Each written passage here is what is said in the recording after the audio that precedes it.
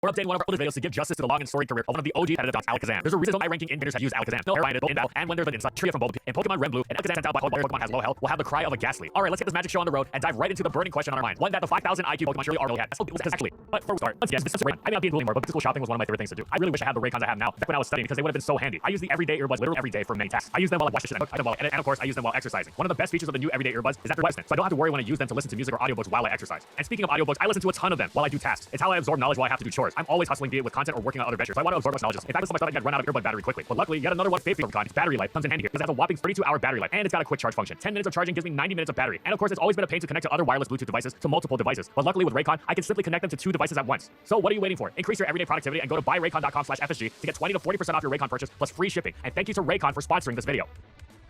And in this video, we'll be going over these competitive formats. Alakazam is the quintessential RBY Pokemon, the purest example of the Psychic type's dominance, as far as OU is concerned anyway. Mewtwo it ain't, but it's as close as you're going to get outside of the Uber tier. Its stab unresisted by any type that isn't its own is coming off an utterly monstrous base 135 special stat. A special stat also the superb special hit taker. Its speed puts ahead of almost everything. The only viable Pokemon faster is a relatively rare Jolteon, meaning Zam is going to be the fast Pokemon in your average game of RBY. This also means it's boasting one of the highest crit rates in the game, coming in at a stunning 23%, so it's hitting even harder. Oh, and in Gen 1, Psychic has a 1/3 chance to drop the opposing special stat, so it's even scarier with that. You can't wear it down easily either, as Alakazam packs Recover, which has a whopping 32 PP in the first 3 generations. Zam was not without its flaws, of course. Most notably, it was incredibly physically frail. Additionally, fearsome though Psychic was, Alakazam lacked any sort of other coverage, so it had to rely on Seismic Toss for additional damage. Not bad, certainly useful against other Psychics, but lacking the punch of other Psychics' non-Psychic options. Now, Reflect Alakazam could fix one of those issues, become utterly terrifying late game, but its bolstered defense, making it far more difficult to take down by threats like Tauros and Explosions, but only being able to do damage with Psychic, meant it had to be very careful with its 16 PP that threatened to run out very quickly if spammed carelessly into other Psychics or Chansey. Zam was at its most defining in the lead spot though. The RBY lead metagame was all about sleep and paralysis. Alakazam was one of the best Pokemon to absorb sleep because its high speed and special bulk meant it had a solid chance of waking up later in the game, which could be game breaking, while it distributed paralysis efficiently, as well as potentially taking paralysis itself so it could block the opposing sleeper. Wasn't it a waste to have such a fast Pokemon paralyzed? It could be frustrating, but given the RBY landscape, it was one of the best choices because it prevented valuable teammates like the normal trio and late game Pokemon like Zapdos or Rhydon from taking it. You'd rather have Zam take the status and face off against these Pokemon than any of them. Plus, with how easily Zam spread Thunder Wave, it was often the faster of 2 paralyzed Pokemon anyway, so that speed stat was still put to great use, especially with how crit happy it was, unless it was facing an opposing Alakazam. Speaking of that, the player base eventually realized that lead Alakazam was effectively riskless. Yes, other leads were good, but Alakazam pretty much just tied everything at worst. It obliterated Gengar and beat Starmie lead, and was quite good at always achieving something valuable into Jinx and Exeggutor with Thunder Wave and sleep absorption, as well as a burn turn of sleep or 2. And given the accuracy of her sleep moves in conjunction with potential full paralysis, it often get a T-Wave and Seismic Toss off before going to sleep. Zam was always a popular defining lead, but for quite some time, it became the lead. Game started off with one Alakazam mirror after another, an infuriating entanglement of Seismic Tosses and Recovers amidst full paralysis, with potential Psychic special drops thrown into the mix to slow the opposing Alakazam down. It was all about trying to force the other Alakazam out first and to punish the switch for it, because if the opposing Alakazam switched out as your Alakazam recovered and then was still healthy enough to just switch right back in, you didn't really achieve anything. These messy matchups with Alakazam flanked by Reflect, Snorlax, and Chansey that would also engage in mirrors with their counterparts on the opposing team was the dominant team mode in RBY for some time. There seemed almost no reason to deviate. Every top tier tournament player had this. Behold! Disney Plus, Hulu, and Max. This is so cool. It's just the beginning. The ultimate bundle for an unbelievable price. We've never seen a force like this. Let's go. Let's go. There seemed almost no reason to deviate. Every top tier tournament player had this as the most reliable set of tools in their arsenal. Eventually, the metagame shifted away from this thanks to tactics like Victory Bell abusing Psychic paralyzed teams and Sing Chansey lead growing popular. However, though the period of the pure Zam lead dominance was over, Alakazam was still one of the most popular leads, and this was a downright fundamental fact of RBY. It was inherently always super. Non-lead Alakazam increased in usage too, and not with Reflex mono attacking. It kept Seismic Toss handy without needing to spam Psychic to do any damage. The idea was simple. If lead Alakazam could wreak as much havoc as it did, why not late game? By no longer having the divide of Seismic Toss in the lead slot and Reflect for the back, Alakazam just got even easier to use. So overall, Alakazam was one of the very best, most defining and popular Pokemon in Gen 1 OU. For a long time, roughly 2.5 decades in fact, Alakazam was used as a gimmick in GSC OU. It languished in BL, as it would obviously blow UU to smithereens, but it couldn't crack OU despite its list of appealing traits. It had great new coverage in Fire Punch, an amazing new utility in Encore. Psychic may have gained new resist, but it was still a highly effective offensive type as exemplified by OU stable Exeggutor. What was wrong? Well, Zam simply lacked the power or utility to break through the incredibly bulky metagame. Strong as its Psychic was, it didn't have other Psychic's useful tools to make up for the fact that it was generally not breaking through Snorlax and friends. It struggled to beat Zapdos too. Its Raikou beating speed stat was great and all, but rarely resulted in anything especially useful. It didn't have any concrete use for Encore. It was fodder for Starmie's Rapid Spin. It got completely blanked by Tyranitar and Umbreon. The idea that Zam was at all viable was seen as a bad joke by most top players. As Gen 2's player base began to shift, the new players began experimenting with Zam. The early results didn't amount to too much, but they at least saw Alakazam as respectable. They toyed around with Dynamic Punch, as despite Alakazam's pitiful attack, its anti-Tyranitar coverage and confusion, which also helped against Snorlax, especially if Snorlax had been paralyzed, could help it burst through the opposition. This was unreliable, but the seeds had been planted. For the next several years, Alakazam was still in the background. If you wanted an offbeat fast Psychic attacker, players generally preferred Growth Espeon, which also established itself as a monstrous late game threat, with power that easily eclipsed Alakazam's after a single growth. However, it eventually became clear, Alakazam wasn't supposed to be a sweeper. It was supposed to be a utility Pokemon, and this went hand in hand with the direction the metagame had been going in. The offense in the tier was now centering around the likes of Gengar, Jinx, Exeggutor, Nidoking, Machamp, offensive Starmie. And guess what was an effective check to all of them? That's right, Alakazam. It wasn't a hard counter, but it was surprisingly quite adept at swapping in, taking their hits, and easily recovering them off as they fled from its own attacks. Okay, that's cool, but how did Alakazam exert any pressure? Simple, Toxic. This catch-all was a beautiful solution for all of Alakazam's issues. Snorlax, the electric types, the dark types, Starmie, Toxic hit them all, and ensured Alakazam would make some sort of progress. It was also a perfect Toxic user because between Psychic and Fire Punch, no poison or steel type would want to absorb it. Thus, Alakazam was able to take on a significant portion of the metagame's offensive threats while being able to do something meaningful to the Pokemon that could generally take it on. And it was uncommonly fast and strong for picking such valuable defensive utility, meaning it also doubled as an offensive threat against weakened teams. This idea also led to Alakazam's use on the same types of offensive teams that it was being used to guard against. Thief offense with a Psychic heavy approach, Jinx, Exeggutor, Starmie, and even Espeon, as well as their other thieving friends Gengar and Nidoking, was all the rage, and they loved having a fast late game sweeper to clean the opponent up. Thus, Alakazam stepped into the role. It required support not just in the team builder, but in the battle battle to get the opponent in a position where it could pick them up. But boy was it lights out if supported right. This newfound discovery of Alakazam's utility led to it, after so long, finally being promoted to bona fide OU status in GSC alongside fellow longtime BL Pokemon Jolteon. It was quite recent actually, being implemented near the tail end of July 2024, almost a full 24 years after Pokemon Crystal's release date and 25 after Gold and Silver. While Alakazam loved the additional Calm Mind to his move pool, it wasn't making any sort of impact on advanced OU. Sure, you could theorize about tricking a Choice Band onto Blissey, but then you realize you just make the opponent's Tyranitar or Metagross stronger. You could Choice Band Focus Punch Blissey and Tyranitar and still do nothing to Metagross. You could say, oh, you can Encore Suicune into Calm Mind, which was true, but possibly the most spectacular short-term solution for the most famously long-term Pokemon. So what about forgetting the nonsense and simply going for the special offensive route, like a much faster Jirachi? Well, Zam's coverage was just too lacking and weak to make it at all consistent. It was no Starmie, who despite a much lower special attack stat, had a stab Hydro Pump that was way scarier late game, and whose coverage in Thunderbolt and Ice Beam was so much stronger that it actually outdamaged Alakazam trying to use the same coverage with the punches. Jirachi, whose move pool was roughly equivalent to Alakazam's, didn't have this issue because of its amazing bulk and half-steel typing. Alakazam just had the worst of both worlds. Now, if Alakazam could fit all of Calm Mind, Psychic, Fire Punch, Ice Punch, Thunder Punch, and Hidden Power Grass into his moveset, and Encore as well for good measure, it'd be fine. But as it stood, it also struggled to fit everything it needed into the same set. Alakazam's best trait was that its speed-tied Dugtrio, making it less reliable to revenge kill. It also outran a Jolly Dragon Dance Tyranitar even after a Dragon Dance, so you could check it with Encore. But this wasn't enough to make up for these flaws, as well as the fact that it safely switched into,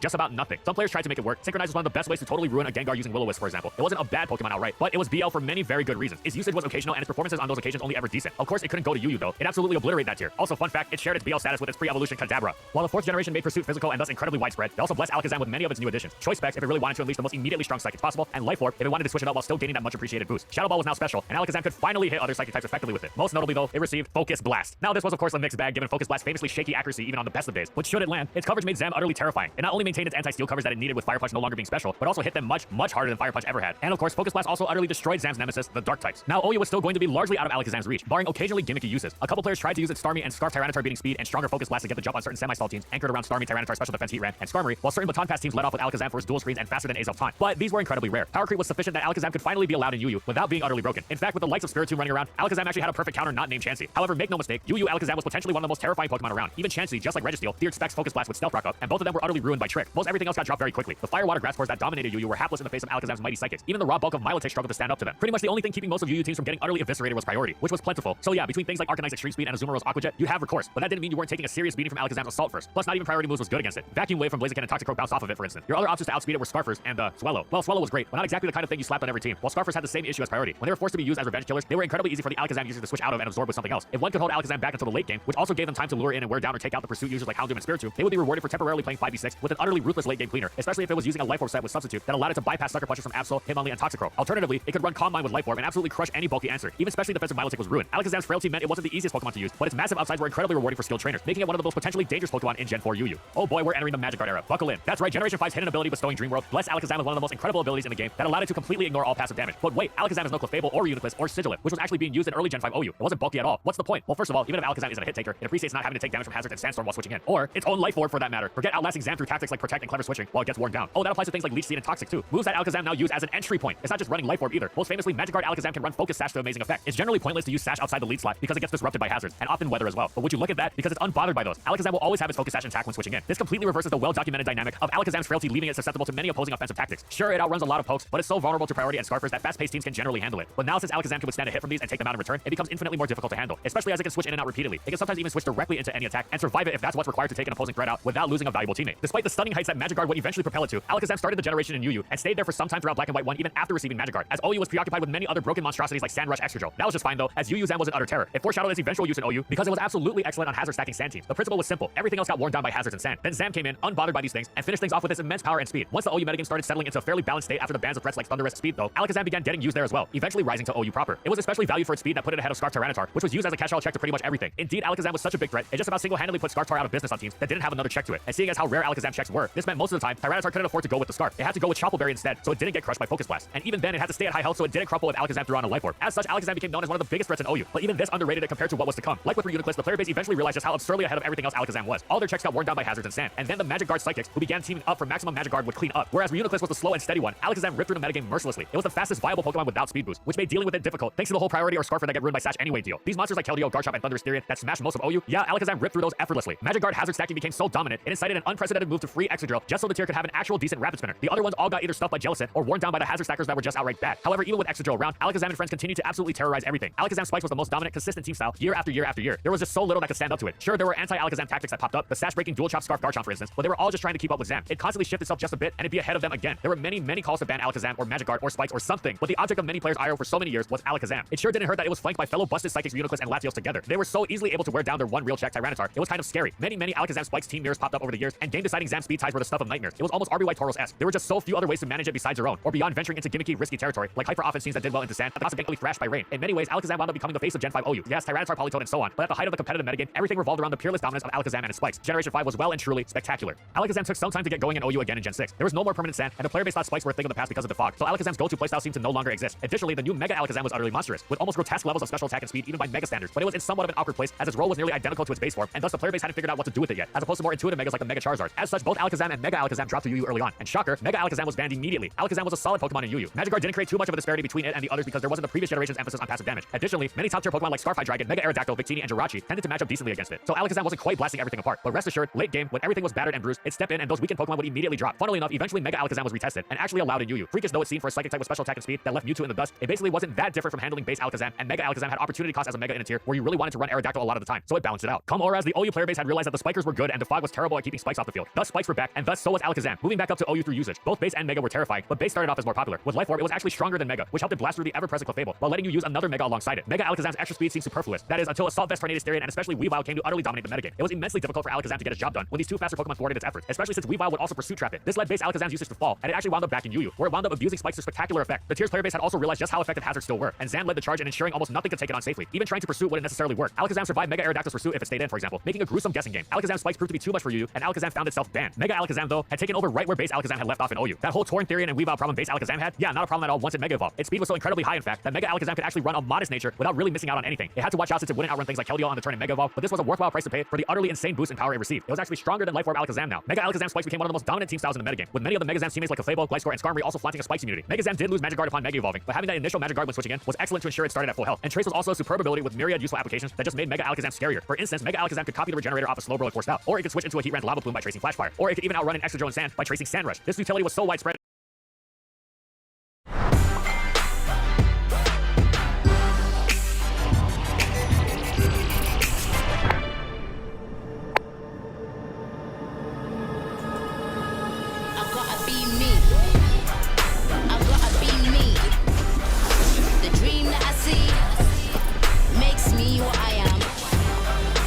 Gotta be me. I gotta be me.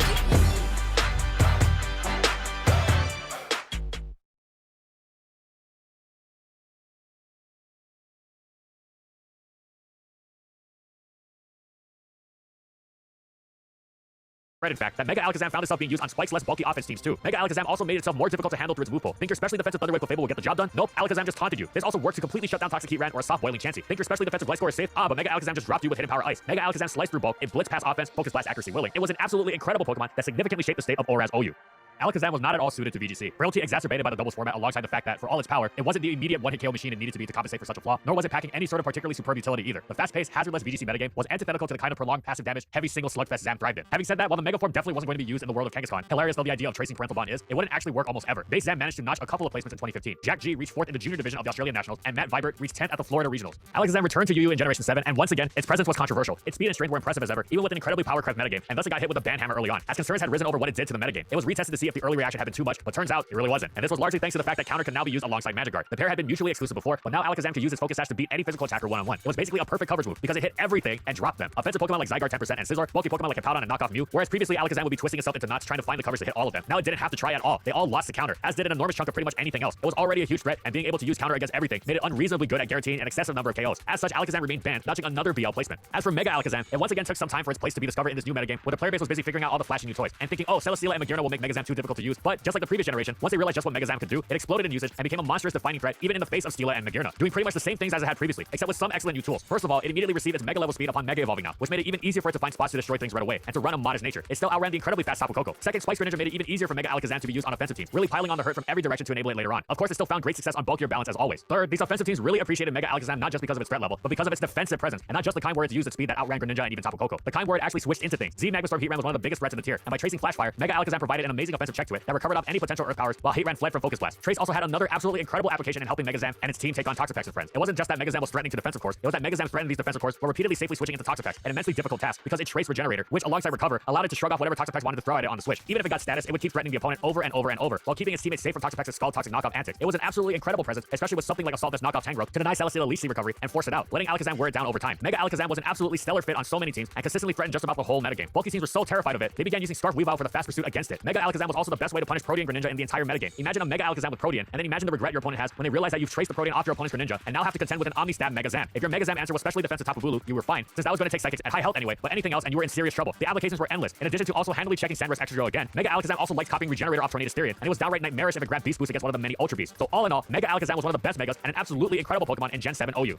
Alakazam was still not at all a part of the BGC meta in Gen 7, but its Mega form at least got one placement. Jamie Boyd, ever the innovator, brought it to the Columbus Internationals on a Xerneas Primal Groudon team as a secondary Mega alongside Gengar, reaching 42nd. Trace definitely had some cool potential applications, but beyond that, there was very good reason neither Zam was used. Alakazam joined the 8th generation in the Isle of Armor. Sadly, it no longer had its Mega Evolution, and it lost Hidden Power as well. There were two very bright spots to make up for this though. First, Pursuit had been removed as well, and there went Alakazam's biggest issue since Gen 4, apart from Focus Blast accuracy of course. Second, it had received Nasty Plot. Calm Mind already made Alakazam quite threatening, but immediately doubling its special attack was utterly terrifying, almost beyond description of even the most exaggerated superlatives, given how even unboosted Alakazam regularly pushed the bulkiest Pokemon in the game to the limits of their hit-taking capabilities. Forget UU, Alakazam rejoined OU with Focus Sash and Nasty Plot in tow, cutting through much of the limited metagame with ease. The Fable had just about no business taking it on anymore, and even bulkier Pokemon like Mandibuzz and Corviknight could crumple beneath its power. Plus, Alakazam didn't even need Nasty Plot to the surprise of no one. It can also go with 4 attacks and a life attached with Dazzling Gleam being more reliable against Mandibuzz. Now, as frightening as Alakazam was offensively, it was quote-unquote only a decent threat throughout Isle of Armor OU, because its defensive utility was nihil. Plus, its speed was no longer quite as impressive in a metagame with Dragapult and Zeraora around every corner, especially since the former could cut through Focus Sash should it run Dragon Darts. Still, power-wise, Alakazam was on par with the mighty later-to-be-banned Kyurem, and thus came by its OU placement honestly, making Balance teams rue their matchup even before it grabbed that Nasty Plot against a switching Toxapex. Then the Crown Tundra came around, and the ensuring power creep returned Zam to UU. There it was a superb Pokemon for sure. It had to contend with Zeraora, Celesteela, Chansey, Slowking, Aegislash, and Scizor, and it couldn't even threaten Hidden Power Fire anymore. But if there's one thing we've learned, is that UU Zam is always ferocious even in the face of its counters, often to the point of the effect it has on the metagame health being contentious. And it was no exception in Gen 8. With good play and a semi-accurate Focus Blast, Alakazam was considered to be straddling the border that would send it to borderline, especially with Knockoff in its arsenal. Slowking and Scizor would lose their heavy-duty boots, and the next time they switched in, just Stealth Rock would bring them into Zam 2-hit KO range, while Knockoff was utterly ruinous to Celesteela and Chansey as well. If you looked at it closely, it was actually ridiculous how easily Alakazam dismantled pretty much everything. However, for the time being, it's nothing too outrageous, relatively speaking. Just a very good Pokemon that was high in risk and even higher in reward. It was frail after all, so it has to be careful and all that other baloney. But the doubts were there and beginning to grow, becoming more and more difficult to deny. Then a few months into Crown Tundra UU, there was a tier shift so fortuitous, it seemed as if Arceus had made it happen just for Alakazam. Slowking and Zeraora went to OU, removing 2 of the most prominent forms of Zam counterplay, and a new defensive linchpin dropped to UU, Buzzwole, or as Alakazam knew it, Dinner. With this in mind, suddenly those in charge of tiering decided they could no longer pretend that Alakazam was acceptable at all. Now it was so blatantly busted that it was banned on the same day of the tier shift, alongside Latios. Talk about a quick reaction. With another generation of UU dominance in its rearview mirror, Alakazam turned to attempting to find a new niche in Crown Tundra. It had also received Expanding Force, which was perfect to be abused alongside Psychic Terrain. Thus, it began pairing up with Tapu Lele to unleash some truly mind-boggling levels of power. Alakazam was also appreciative of Psychic Terrain, protecting it from priority. However, these teams were incredibly gimmicky. It wasn't just the lack of defensive stability, it was also the difficulty of getting Alakazam on the field while Psychic Terrain was active. If you were running Side Spam, you probably weren't trying to be optimal. You just wanted to click the satisfying auto KO button that was Expanding Force. Not a bad motive, of course, but it was clear to see that Zam didn't really have a place in OU. Even on Side Spam teams, Shell Smash, Sword Power, Polteageist tended to be more effective on average. Not that it was particularly consistent, of course. Side Spam just didn't match up well at all into the Pokemon that dominated OU. Melmetal, Weavile, Ferrothorn, Rillaboom, Tapu Koko, Heatran, Slowbro, Assault Vest, Galarian, Slowking. Yeah, it wasn't really worth the effort. What about Nasty Plot Alakazam outside of Side Spam? Well, that wasn't really worthwhile either, because you could just run Tapu Lele and immediately destroy everything without needing to set up. Heavy duty boots being everywhere meant it was very difficult for Alakazam's checks to get worn down, and it certainly didn't have the longevity to try and play a long game with knocking boots off and letting hazards do the work. Yeah, you just use Tapu Lele, who doesn't care if something has boots or not. The ubiquitous presence of Dragapult and Weavile didn't do it any favors either, so Alakazam just wasn't seen in OU. Still, all things considered, it was another highly successful generation. Limited though it was, Alakazam finally found some genuine success, however brief. Supporting it with NDDF Psychic Terrain, Junhee Lee leveraged this massive buff to Zam's power to win the 2020 Korean Champion Invitational. It helped that the team Zam appeared on was quite balanced and not at all on this tactic. Should it run into a bad matchup, the ever-consistent duo of Tyranitar and Excadrill picked up the slack. Still, though it was far from a meta staple in the world of Dragapult, it was nice to see Alakazam finally achieve something in VGC.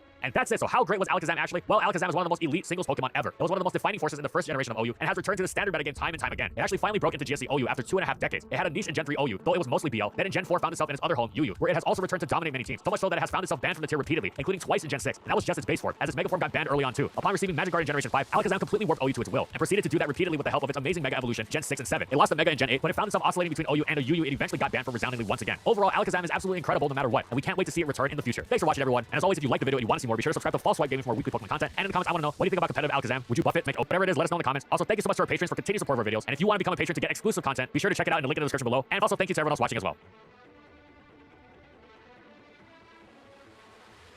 And thank you so much to our platinum patrons. Thank you to Alex Sable, Anthony Belval Renault, Bingleton, Daniel Isbies, Funky, Glitcherton, Hal, Jack G, Lord of the Rabbit, Pretzel SP, Raven Daytona Ring, Ray Ray, Skylaria, Soares and Croxton, Shiwei Miji, and Stoneface Colin for their major support of our videos. And follow my currently social media platforms. And that's all I got. See you next time, everyone.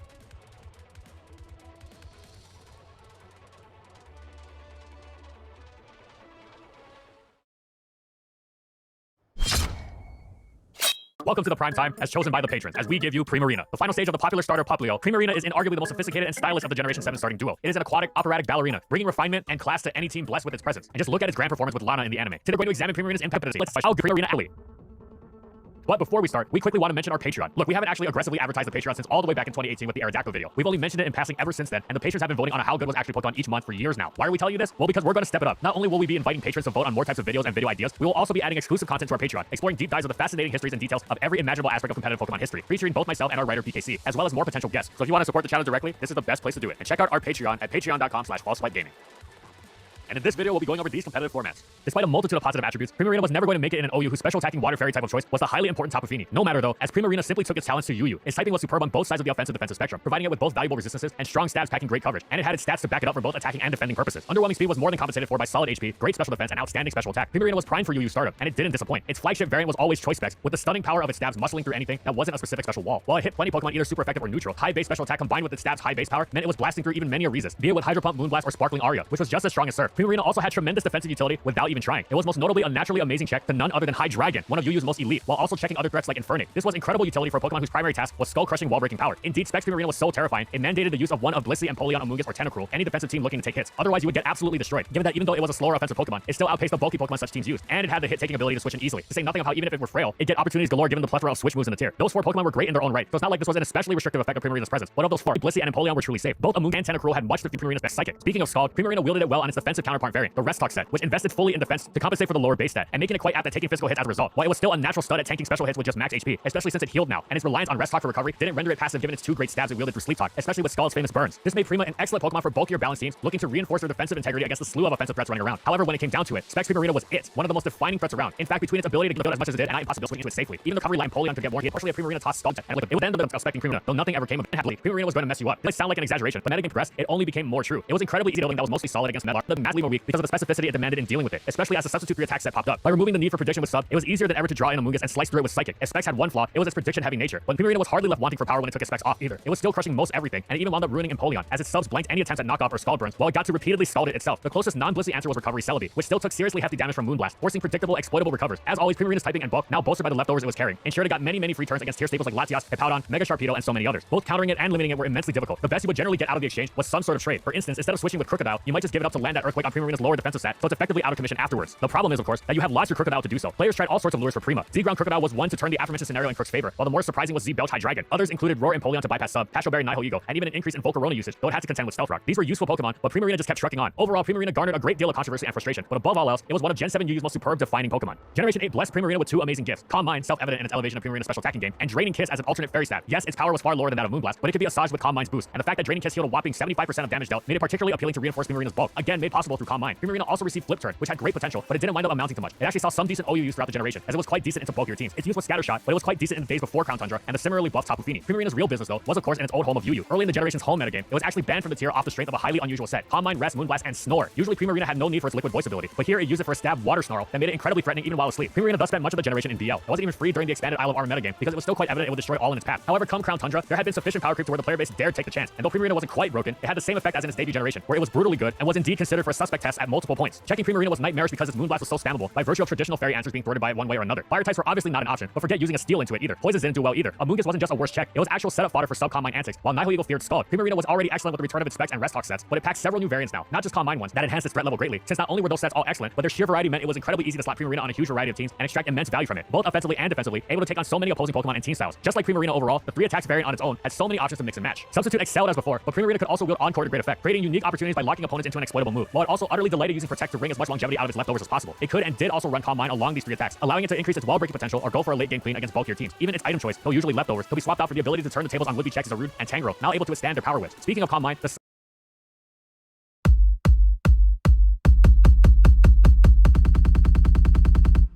I won't let my moderate to severe plaque psoriasis symptoms define me. Emerge as you. With Tremfya, most people saw 90% clearer skin at 4 months, and the majority stayed clearer at 5 years. Serious allergic reactions may occur. Tremfya may increase your risk of infections and lower your ability to fight them. Tell your doctor if you have an infection or symptoms, or if you had a vaccine or plan to. Emerge as you. Emerge Tremfyant. Ask your doctor about Tremfya. sub-Combine Draining Kiss set seen in OU was also effective, as was the Combine Rest variant. Primarina's power was already questionable for UU, and its ability to so easily mess with its few checks by effortlessly switching to another excellent moveset just exacerbated things. The idea didn't lead to any concrete action, but further established Primarina as a superb, defining UU Pokemon once again. Primarina spent all of its release generation utterly neglected in VGC, where it paled in comparison to Tapu Fini and struggled with the overwhelming ubiquity of Tapu Koko. But the limited format of Sword and Shield Series 5 gave this diva a chance to step into the spotlight. Dynamax gave Primarina just the bulk needed to overcome its low speed and make use of that base 126 special attack. Primarina was a frequent choice for Dynamax Life Orb slot, able to fire off powerful max Starfalls, Geysers, and through its access to Blizzard, Hailstorms. This last move was essential in targeting down the otherwise problematic Amoonguss. That said, Primarina could sometimes just muscle through the mushroom. Despite the type advantage, max Starfall's Misty Terrain was a valuable aid against potential spores. Primarina benefited from good matchups against common threats such as Dragapult and Incineroar. Get it in Trick Room and it could carry entire games on its own. That's what Korea Trainers Cup champion Song-Yoon Jeong did, matching Primarina with a duel of Porygon 2 and Porygon Z. Jeong notably made use of Primarina's hidden ability Liquid Voice to create powerful spread hyper voices even when not Dynamaxed, allowing it to function alongside Porygon Z, which demanded going max mode to see success. While the dual ducks were the highlight of Jeong's team, it was a different core that would catch on. The Fire Water Grass trio of Incineroar, Rillaboom, and Primarina. Primarina's functioned in perfect harmony with its fellow starters, covering their weakness of fire and dragon types while they handled grass types or faster Pokemon with their priority. Together they functioned in perfect harmony. All three sported natural bulk as well as an ability to perform under different forms of speed control, making them one of the most solid cores of the format, no matter what other backup singers surrounded them. If you didn't want to look like a 10-year-old obsessed with his very first Pokemon, some trainers swapped out Rillaboom for Ferrothorn. Primarina's fellow Alolan starter, however, was non-negotiable. That was showcased at the very first Players Cup, where 5 of the 16 qualified players used Primarina. 3 opted for the starter trio, the other 2 slotted in Ferrothorn, but all of the Primarinas were slightly different. Torrent was the overwhelming ability of choice for everyone, but 5th placer Christopher Kahn, while Liquid Voice was nice out of Dynamax. It was totally useless when the fat lady was singing, while Torrent could potentially provide a huge boost, especially considering Primarina's bulk. Christopher also opted for Assault Vest as his item, while most other players chose Life Orb. 3rd placer Nico Davide Cognetta chose Expert Belt, which helped his Blizzard's coverage out, while freeing up the much-coveted Orb for his Dragapult. 9th placer Kyle Romanini chose the lower damage options of Scald, Dazzling Gleam, and Ice Beam, heavily indexing into Primarina's utility even when not Dynamax. Going up the power scale, 7th placer Eduardo Unipero Ferraris went for Hydro Pump, Moonblast, and Blizzard. And finally, silver medalist Ji-Seok Lee kicked up one more notch with Hydro Cannon for more powerful max Geysers. Even though all Primarinas were designed to fill about the same role in the team, you could have them singing whatever tune you like. That said, the Prima Donna was silenced once more as Sword and Shield continued to add new Pokemon. Subsequent series introduced its old rivals, as well as new threats such as Regieleki. Certain familiar faces also became bigger problems with the introduction of Dynamax, most notably Kartana and Thundurus, and Primarina usage subsequently took a nosedive from the rest of the generation. Generation 9 brought some insane power creep. Was this to be the end of Primarina's time in UU? Yes, but not because it wasn't good enough for the tier. It was because Primarina was now a genuine OU Pokemon. Upon its release in the Indigo Disc, Primarina established itself as an excellent Assault Vest user that was able to take on monstrous threats like Walking Wake and Dragapult, not permanently, just once or twice for offensive teams that need not be immediately overrun by them. And not only did Primarina check them,